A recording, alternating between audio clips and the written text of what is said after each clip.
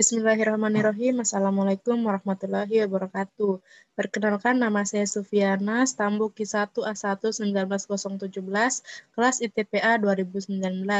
Pada kesempatan kali ini, saya akan memaparkan sedikit materi tentang karakterisasi enzim amilase dari biji nangka. Langsung saja.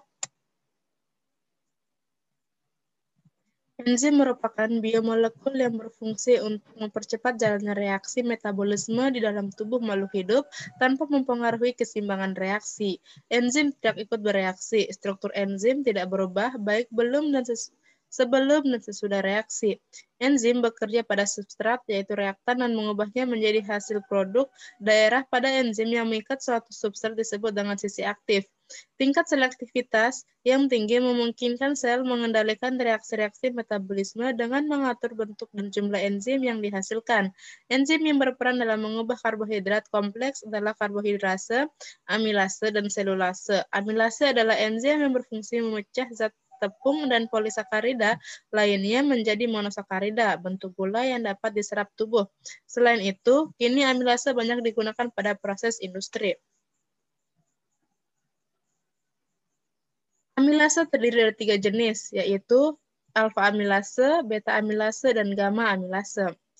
Alfa amilase terdapat dalam saliva, air ludah, dan pankreas. Enzim ini memecah ikatan 1-4 yang terdapat dalam amilum dan disebut endoamilase karena memecah bagian dalam atau bagian tengah molekul amilum.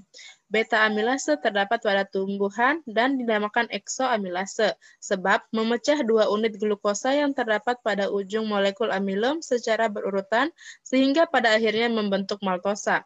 Gamma amilase terdapat dalam hati. Enzim ini dapat memecah ikatan 1-4 dan 1-6 pada glikogen dan menghasilkan glukosa. Amilase sangat berperan dalam industri pembuatan roti, sirup, tekstil, dan farmasi. Seiring dengan meningkatnya penggunaan amilase, maka perlu dicari sumber amilase dari bahan baku yang mudah didapat. Salah satu bahan yang memiliki potensi untuk dieksploitasi sebagai sumber enzim amilase adalah biji nangka. Prosedur kerja pada proses karakterisasi enzim. Pertama yaitu ekstraksi amilase. Biji nangka dibersihkan, kemudian sebanyak 300 gram biji nangka diblender dengan ditambahkan 600 ml buffer fosfat 50 mmol pH 7,5 selama 10 menit. Bubur biji nangka disaring dan didekantasi sehingga terpisah antara ekstrak dan endapan pati.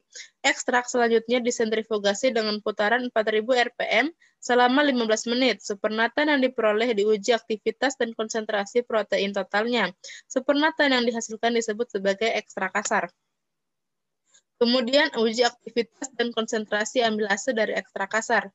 Aktivitas ekstrak kasar diuji menggunakan metode FUA. Sebanyak 200 mikroliter larutan pati 3% dalam buffer fosfat 50 mmol pH 7,5 ditambah 250 mikroliter larutan enzim dan diinkubasi pada suhu 50 derajat Celcius selama 10 menit. Campuran ditambah 250 mikroliter HCl 1 molar, 250 mikro larutan iodium mengandung 20% Kl dan 0,2% I2 dan diencerkan dengan aquade sehingga volume 5 mili. Absorbansinya diukur pada panjang gelombang 600 nanometer mikroliter per reaksi Bradford di vortex diinkubasi selama 5-10 menit pada suhu ruang. Kemudian diukur pada absorbansi 595 nanometer. Kadar protein total ditentukan berdasarkan kurva standar protein. Standar protein yang digunakan yaitu BS. Kemudian fraksinasi amilase dengan salting out. Larutan enzim dimasukkan ke dalam tabung ditambahkan larutan amonium sulfat hingga mencapai 50% jenuh. Campuran diaduk dan didiamkan selama 5 menit pada suhu kamar. Kemudian disentrifugasi selama 15 menit dengan kecepatan 4000 rpm. Supernatan dipindahkan ke dalam tabung yang baru. Endapan yang terbentuk disebut fraksi 50 amonium sulfat jenuh. Dapat dilarutkan dengan buffer fosfat 50 mmol pH 7,5, garam amonium sulfat ditambah ke dalam supernatan dari tahap sebelumnya hingga mencapai 55% jenuh. Campuran diaduk dan didiamkan selama 5 menit pada suhu kamar. Kemudian yaitu pemurnian amilase dengan dialisis. Membran selofan direbus dalam buffer fosfat 50 milimolekul pH 7,5 selama 5 menit setelah larutan buffer mendidih. Salah satu ujung selofan diikat dengan benang, kemudian larutan enzim tiap fraksi dimasukkan ke dalam masing-masing membran selofan yang berbeda. Selanjutnya, proses dialisis dilakukan dengan merendam kantong selofan berisi larutan enzim dalam buffer fosfat 50 milimolekul pH 7,5 sambil diaduk menggunakan magnetic stirrer pada suhu 5 derajat Celcius setiap 1 jam sekali. Larutan buffer fosfat harus diganti setiap 3 jam. Kemudian proses karakterisasi enzim amilase dari biji nangka. Pertama, ekstraksi amilase dari biji nangka. Ekstraksi dilakukan dengan cara homogenisasi dengan blender menggunakan larutan buffer fosfat 50 milimolekul pH 7,5.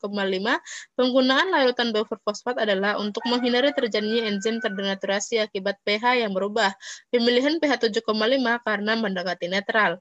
Proses penghalusan dimaksudkan untuk merusak jaringan dan dinding sel sehingga isi sel dapat keluar. Pada proses penghalusan ini dilakukan pada suhu yang dingin, yaitu untuk menjaga agar enzim tidak terdenaturasi. Biji nangka yang telah hancur kemudian didekantasi untuk memisahkan larutan dengan endapan. Kemudian itu fraksinasi dengan amonium sulfat atau salting out. Proses fraksinasi menggunakan garam amonium sulfat. Garam yang paling umum digunakan untuk pemurnian enzim adalah garam yang meningkatkan hidrasi daerah hidrofil dan dehidrasi daerah hidrofob pada protein. Anion yang masuk ke dalam kategori ini adalah anion polivalen seperti sulfat. Untuk kation dipilih yang tidak memiliki kemungkinan untuk mengadakan kompleks dengan protein, maka semua ion metal polivalen tidak dapat digunakan.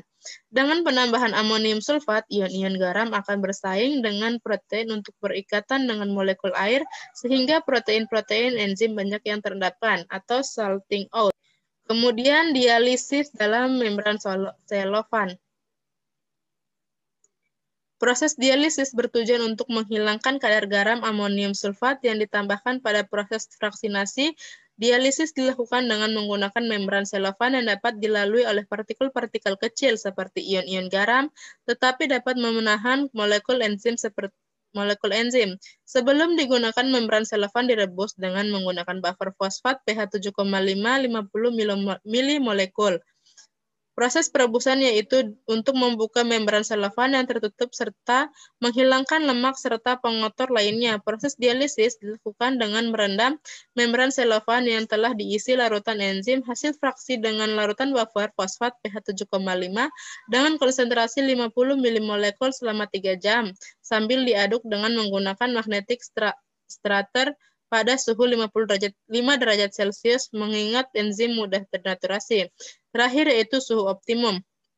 Enzim mempunyai suhu tertentu yang menyebabkan aktivitasnya mencapai keadaan optimum. Ketika suhu bertambah sampai suhu optimum, kecepatan reaksi enzim naik karena energi kinetik bertambah. Selain meningkatkan energi kinetik, bertambahnya suhu juga akan meningkatkan frekuensi tumbukan antara molekul enzim dan substrat, sehingga enzim menjadi aktif. Bertambahnya suhu yang melebihi batas suhu optimum dapat menyebabkan enzim ternaturasi dan mematikan aktivitas katalisnya. Suhu yang melebihi batas optimum juga akan menyebabkan substrat berubah konformasinya, sehingga substrat tidak dapat masuk ke dalam sisi aktif enzim. Hal tersebut akan mengakibatkan aktivitas enzim turun, karena tidak terbentuknya kompleks enzim substrat dengan konsentrasi enzim rendah. Mungkin cukup sekian pemaparan dari saya. Kurang dan lebihnya mohon dimaafkan. Wassalamualaikum warahmatullahi wabarakatuh.